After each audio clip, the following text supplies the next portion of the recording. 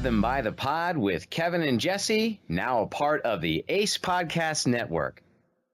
Hey, Jess, what are we going to talk about tonight?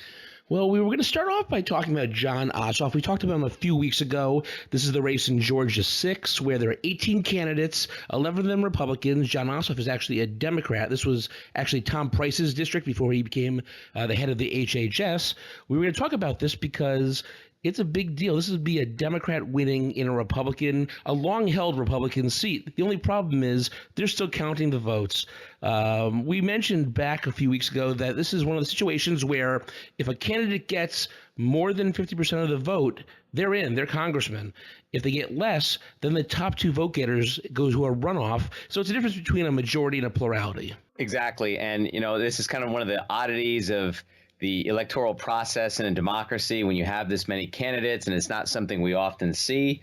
But Ossoff needs to get that over 50%, the 50% plus one, to be an automatic into Congress. And otherwise, he faces the runoff where in a strongly Republican district, he doesn't fare too well in a one-on-one against a Republican challenger. So if he's going to win, it's got to be tonight. And again, some background on Ossoff. He has a degree from Georgetown and the London School of Economics.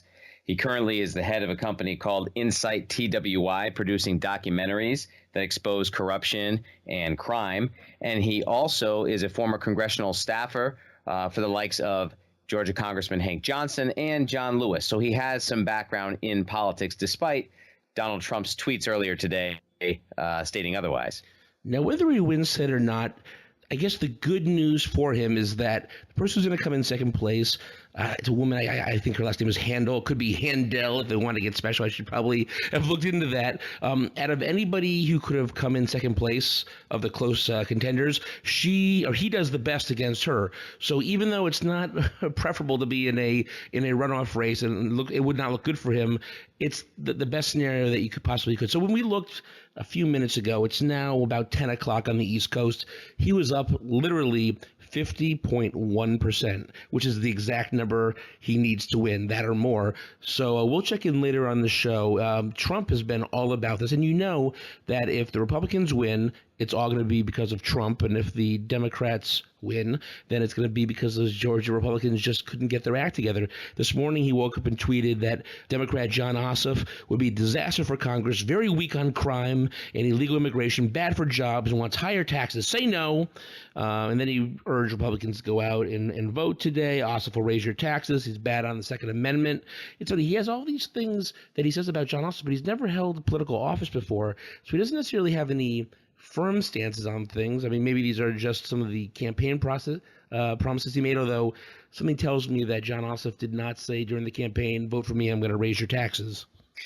Yeah, unlikely, and that's always what's thrown out against Democrats. It's the go-to for Republican challengers against a Democrat is that they'll raise your taxes based on previous Democrats in government. But obviously, when you're running for office, you're not touting that. And I strongly doubt that Ossoff did as well. So, Trump's comments, I don't really know where they're coming from, what basis he has to be promoting those ideas. And it's funny that he again brings up the Second Amendment because that's the touchstone to get people all riled up, is going to take away our guns. And I think there's a TV show with Kiefer Sullivan out there called The Designated Survivor, and there's a plot line in there where they're trying to pass gun legislation, and he comes out and flat out says, talking to the people, that nobody's trying to take your guns away. We just want to make sure that it's hard for people who are, for lack of a better term, crazy to get them. And to me, that seems like a very rational stance in real life as well as on TV. And whether you enjoy guns or you're not a gun person, I don't understand why that would be a bad thing. But, the Second Amendment is where you go at if you want to get people out to vote, I suppose. And you're right, Jesse. When we look no further than what has happened in recent days out in Cleveland, where the gentleman Steve Stevens killed somebody on Facebook Live, this man, Mr. Stevens, is a murderer who had access to a gun because he was a licensed gun holder in the state of Ohio. So maybe there does need to be something done about more reasonable gun policies as far as who has access to those guns. And it's funny, I didn't plan to talk about gun control. I, for the most part, have no real opinion. I guess I probably should, because I'm not a gun person. I would end up shooting myself, but I'm not necessarily against people having guns either. I mean, this is a debate for another time, I think. It's one of the rare instances where I don't necessarily have a strong feeling one way or the other. Certainly, this is something that will probably come up again on another one of our episodes. But moving on. It's another episode, another week. So what does that bring us? More tweets by the president, and I've been breaking them down by issue. They're not as necessarily scandalous as they've been in past years, but, they're always worth covering. About Russia, he says, everything will work out fine between the USA and Russia. By the way, I like that he always puts the periods in the U.S. or USA. I mean, Twitter, you only have so many spots, and he makes sure he puts those periods in there. Everything will work out fine between Russia and the USA. At the right time, everyone will come to their senses, and there will be lasting peace. I mean, that's kind of a pipe dream, if you ask me. We can only hope. Trump and Putin are not Kennedy and Khrushchev. So if we're looking for some type of Cuban Missile Crisis solution here, I don't know that we're going to get one of those. I'm not so sure about the level-headedness of our current president. Trump seems to think that he and Putin are going to hold hands and go skip through a valley of flowers, and it'll all be wonderful, and Tinkerbell and Bambi will be going all over the place around them, having fun. Here's the problem with Trump. Some people want to say that he changes his opinion, and that's good, but he doesn't change his opinion. He just goes wherever the breeze seems to bring him. If it's okay to be friends with Russia, well, then Russia's not so bad. Well, Russia's done something wrong in Syria. Okay, Russia has to do that. He's tough selectively on Russia, and we want some consistency with the president. Right. And we want someone who's not going to, as you said, go where the breeze takes him, especially what is, popular opinion. I feel that President Trump is so desiring to be liked by the American people that he's going to go, with political opportunism, whatever sounds good, what he thinks the people want to hear, what's going to make him more well liked as the president. And sometimes the president has to make decisions that are not popular. Not paying taxes ever again. That sounds fantastic, but it's also not economically feasible. That's an extreme example. But yeah, sometimes being the president isn't making the popular decision. It's making the right decision. And Trump is somebody who he's like some kind of creature that gets larger and stronger the more that people praise him, the more that people like him. And that's the problem he's going to have as a president, that it doesn't matter if people like you if you're doing the wrong thing. Absolutely. Yeah. So what do you say about China? Well, what hasn't he said about China over the last 4 or 5 years? Recently, he's saying that, why would I call China a currency manipulator when they're working with us on the North Korea problem? We'll see what happens. First of all, I love the we'll see what happens. Yeah, we will see what happens. No kidding. But he's been calling China a currency manipulator, tweets over the past, I think back to 2013, but much like it was with Syria, suddenly he's in power and he sees how things actually work, and he's singing a different tune. Right. Well, as of 2 weeks ago, in an interview with the Financial Times on April 2nd, he called China the quote-unquote world champions of currency manipulation. So this is, again, as we've said time and again, these are things that are easily proven, that have been documented, things that he has said in the past that have been written down. Here we go again. 2 weeks ago, he calls them currency manipulators. Now he changes his tune and he says to the Wall Street Journal that our dollar is getting too strong because people have so much confidence in him. When the head of China, Xi, came over here, he seemed to school Trump on the North Korea situation on a lot of issues. So maybe now that Trump is meeting with these people who have more experience and more knowledge on certain topics, maybe he's deferring to them. I would like to think that he's deferring to the people who have more experience. But again, I think he's just going with what makes him look good and what's easiest for him.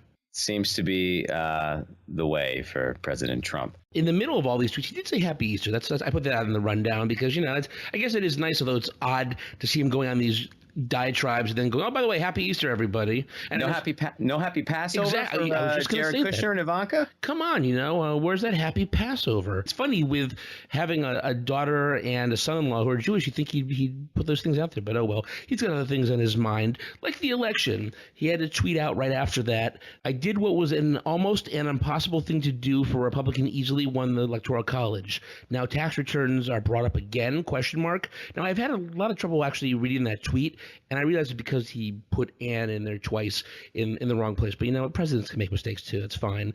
The reason I bring that up is that he's boasting about his electoral win, and then in his next tweet says, someone should look into these rallies all over the United States and who paid for them. The election is over. So he wants to talk about the election when it's convenient for him, but then wants to shut up about the election because it's over when it's against him. It's ridiculous.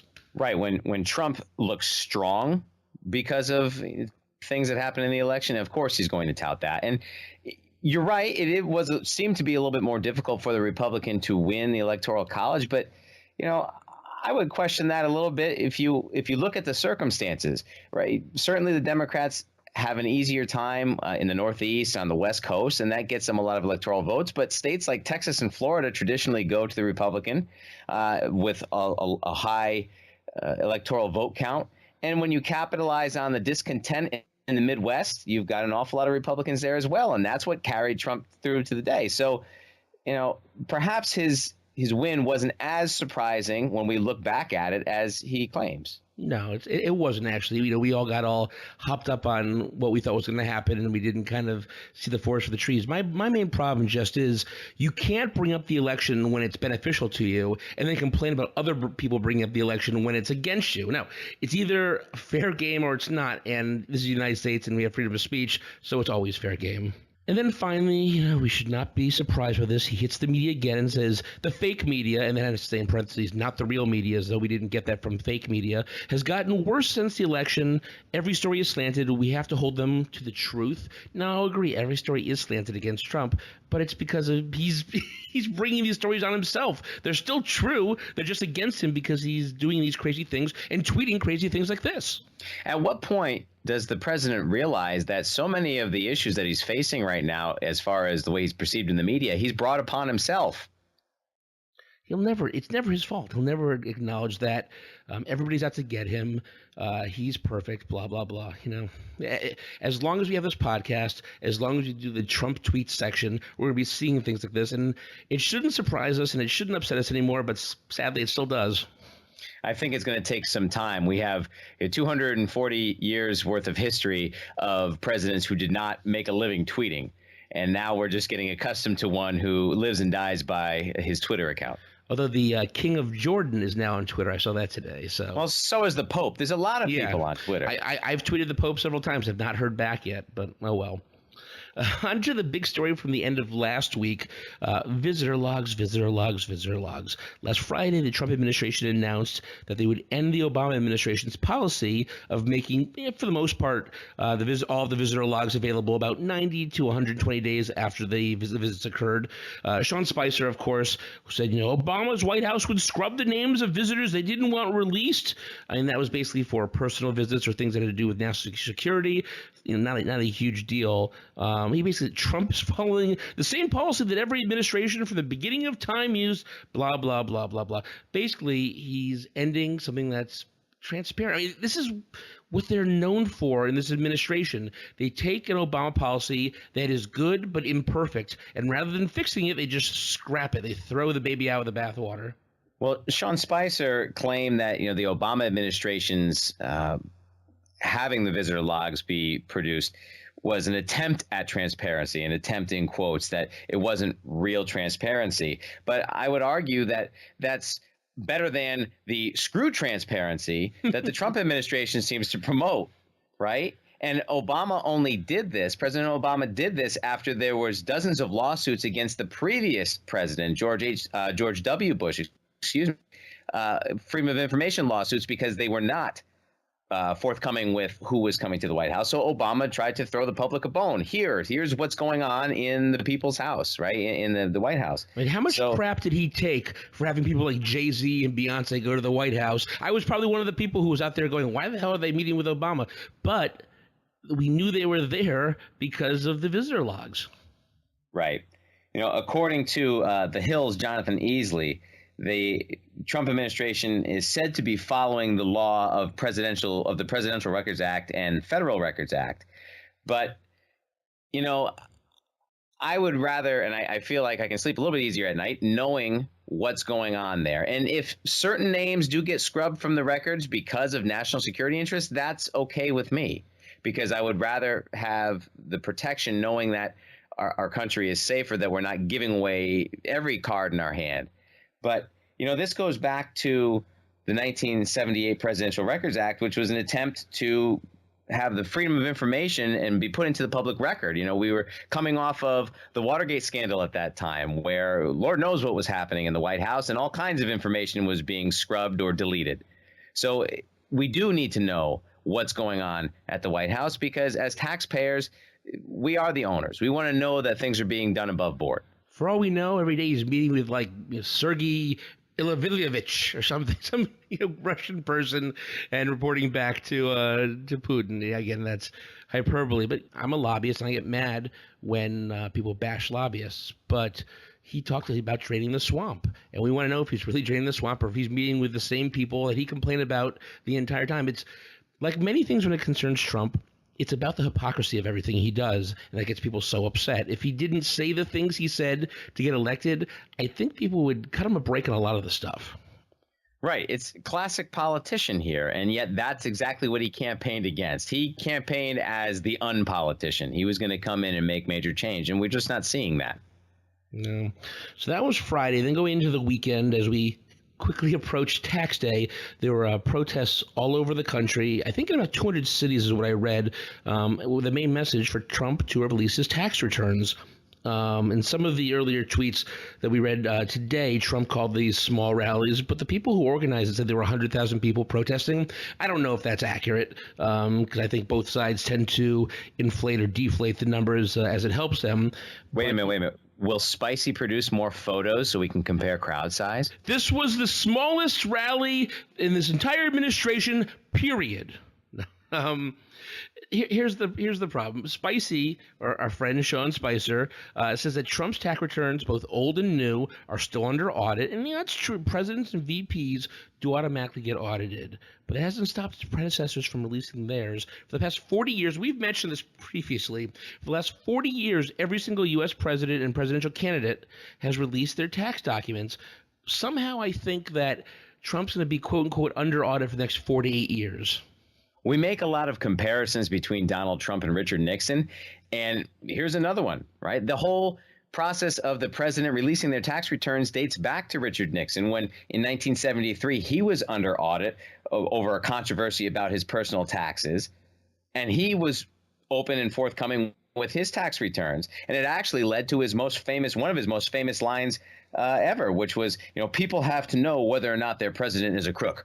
Well, I am not a crook. I am not a crook. So if President Nixon could open up about his taxes with all of the controversy that surrounded him and the scandal that surrounded him, why isn't Donald Trump? Wasn't that the speech where they questioned about something he was given as a gift, and it was like a cat or something for his kids? Yes, it was. Oh, yeah. That's the Nixie. You got Spicy, we got Nixie. I don't know why anybody would be against Trump releasing this. If you're pro-Trump, this is your chance to be vindicated. Say, you know what? Everybody stop your whining, all you snowflakes on the left or whatever they'd say. Trump did nothing wrong. Here are his tax returns. If you're anti-Trump, this is time to get the truth. I want to see what's really going on there. The only reason not to release them is to hide something. And I'm not saying there's a smoking gun that he gave $500,000 to Putin or something, but it could be something that just looks bad, and I think that's what he's afraid of. Well, and to take the words right out of disgraced former National Security Advisor Mike Flynn's mouth, if you seek immunity, you are guilty, right? Yeah. So if you're not releasing the tax returns, then we should assume that they are guilty of something. He whined about President Obama and the birth certificate. Why isn't he showing it? Just show it, blah, blah, blah. And Obama showed it, and it shut him up. So why doesn't he just do the same thing with the tax returns? If you want people to stop asking, just show it. You called it before, Jess. It's all about the hypocrisy. Oh, hypocrisy, thy name is Trump. There were also additional tax day protests in Berkeley, and I've mentioned before that I'm not a fan of the UC university system. Whether you're conservative or liberal, I'm in the middle, leaning to the left these days. But I think Berkeley is the center of everything that's wrong with liberalism run amok, I guess you could say.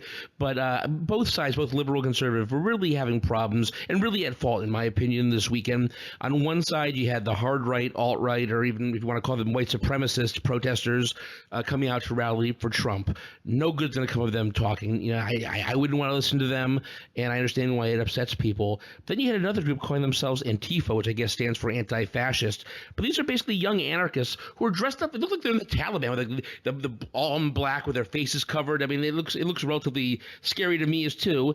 And both sides were there looking for trouble, and both sides found it and ended up in violence and blood and kicking and punching. Right. Over 250 police officers from Berkeley, as well as some assistants called in from the city of Oakland, resulting in 21 arrests, 11 injuries, including one stabbing victim. So it was, as you said, it was protests run amok, certainly from both sides. And I'd hazard a guess that a good percentage of the people that were there probably didn't even know really what they were protesting and why they were there. That tends to be the case at any of these protests that turn to riots. You have these provocateurs that go there just to drum up trouble. Or straight out of the movie PCU, you know, they just protesting because that's what they want to do, something to complain about. And there's a very famous picture and video out now of a guy punching a woman in the face, which is like, that's horrible. You know, this guy is a shady guy. I can't recall his name right now, but he's had some problems in the past. But then they showed her Facebook page, and she said she's looking to punch Nazis and gonna bring back scalps. So she was, you know, maybe just joking, but she was inciting violence too. And I'm not saying one is on the same level as the other. You know, I don't want that to come into it, but I'm just saying that if you go there looking to pick a fight with somebody who is also itching for a fight, it's going to happen. Everybody I talked to, you know, I don't know. And I was visiting family this weekend. My family's for Easter. I wasn't out there fighting, but it's what they were put on this earth to do. Some of these people just go out there and protest. Well, one of the groups that actually showed up in Berkeley was a group known as the Oath Keepers, which is a citizen militia that kind of formed to protect. They were there to protect Donald Trump supporters who were protesting. And there was one gentleman, AJ Algeria, 31 of Sacramento, who was there as part of this group to defend Trump supporters. And he said that these people, meaning these Antifa liberal protesters, are here to create violence all the time. Somebody has to stand up to them. Okay, that's fine. However, on the flip side of that, Stuart Rhodes, who is the founder of the Oath Keepers, was also quoted in the LA Times from this event that he didn't mind hitting counter demonstrators. And in fact, he would quite enjoy it. So if both sides are looking to perpetrate violence, where does that get you? That doesn't solve the problem. You know, it's like, you know, the eye for an eye leaves the whole world blind. The better option is just let them do whatever they were going to do, have nobody show up. There'd be no media coverage. Nobody would be talking about it. And, you know, outside of the people who marched, no one would care. But I mean, I understand if you think these people are white supremacists, and I don't want people to say we're lumping in all Trump supporters with that, but there were a lot of people there with some shady backgrounds. But I understand it's hard to see those people come into your town, especially when you are literally the polar opposite of them politically. But sometimes you just got to suck it up and say it's not worth getting in somebody's face and getting physical, because nobody in the unbiased media is saying, you know, one side is wrong, one side is right. They're saying it looked like the LA riots if you have to see those pictures right on the video. Sad state of affairs is all I can say. Sad. You'll never see me fighting anybody. I you know, subscribe to the idea of he who fights and runs away lives to fight another day type thing. I don't want to be down there in the scrum. I'd be the first person punched in the face. It's a good way to be. Yeah, you know, I'm not going to say I'm a coward, but, you know, I don't want to get punched in the face. That's just how it is.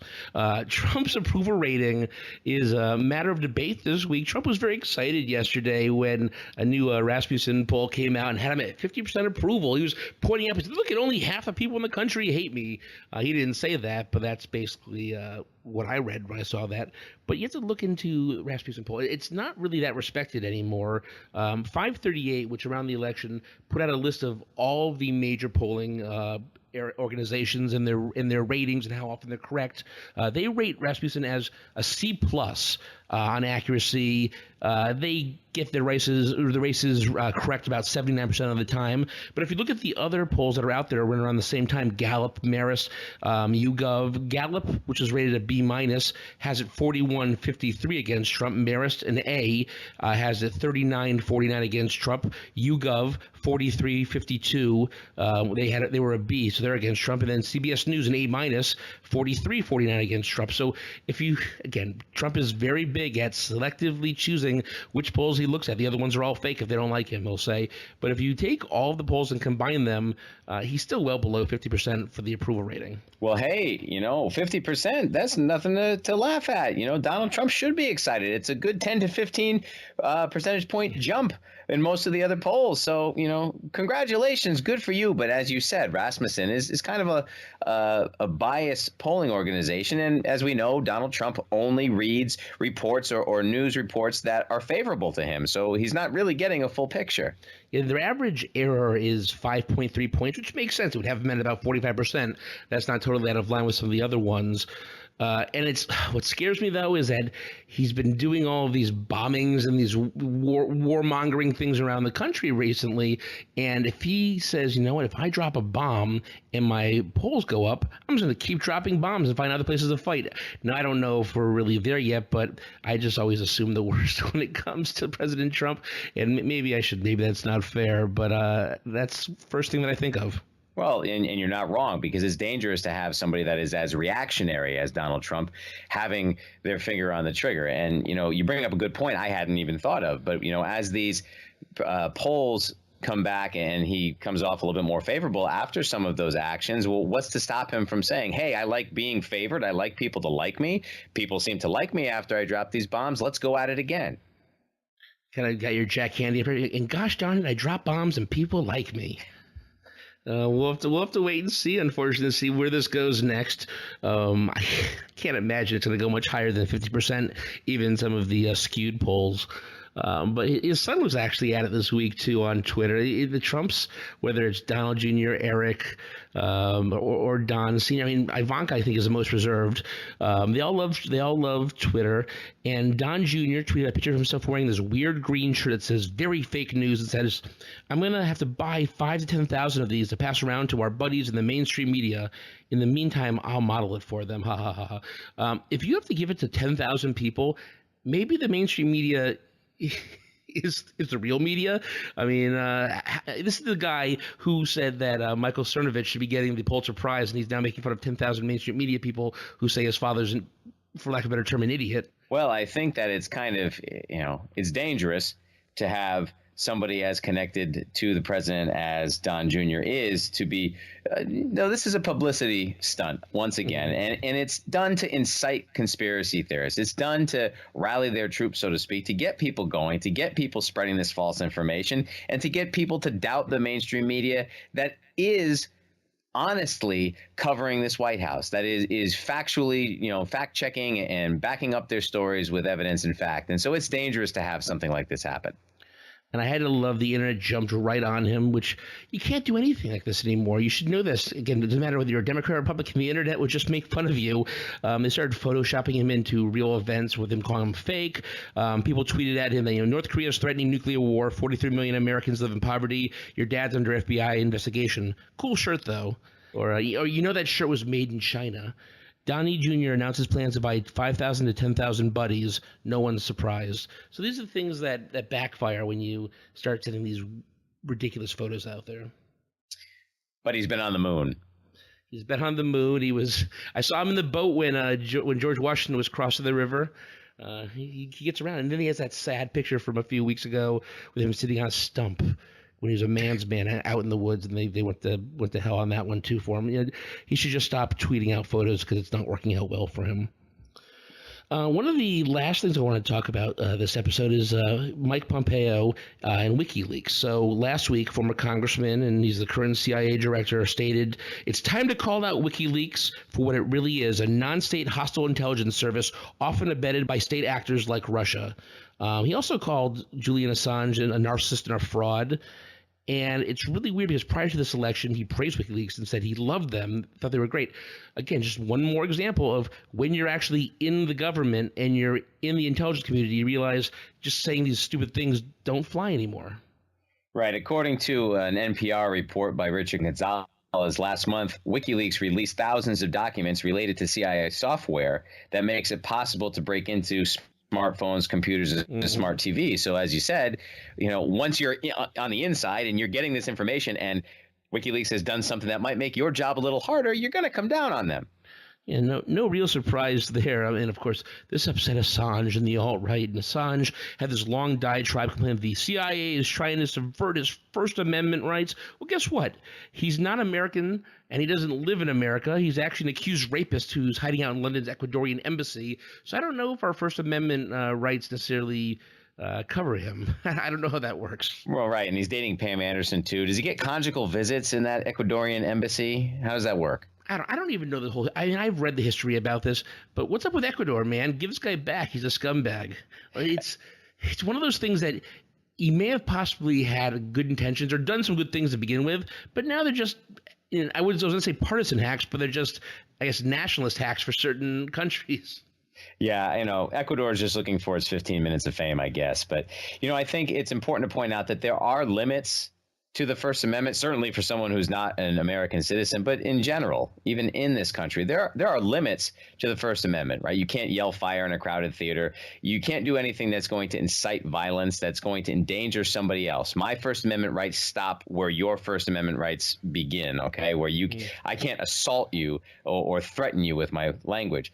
And in 1917, the Espionage Act was passed as the United States was heading towards World War I, and it's created this great debate over national security versus people's free speech and people's right to know.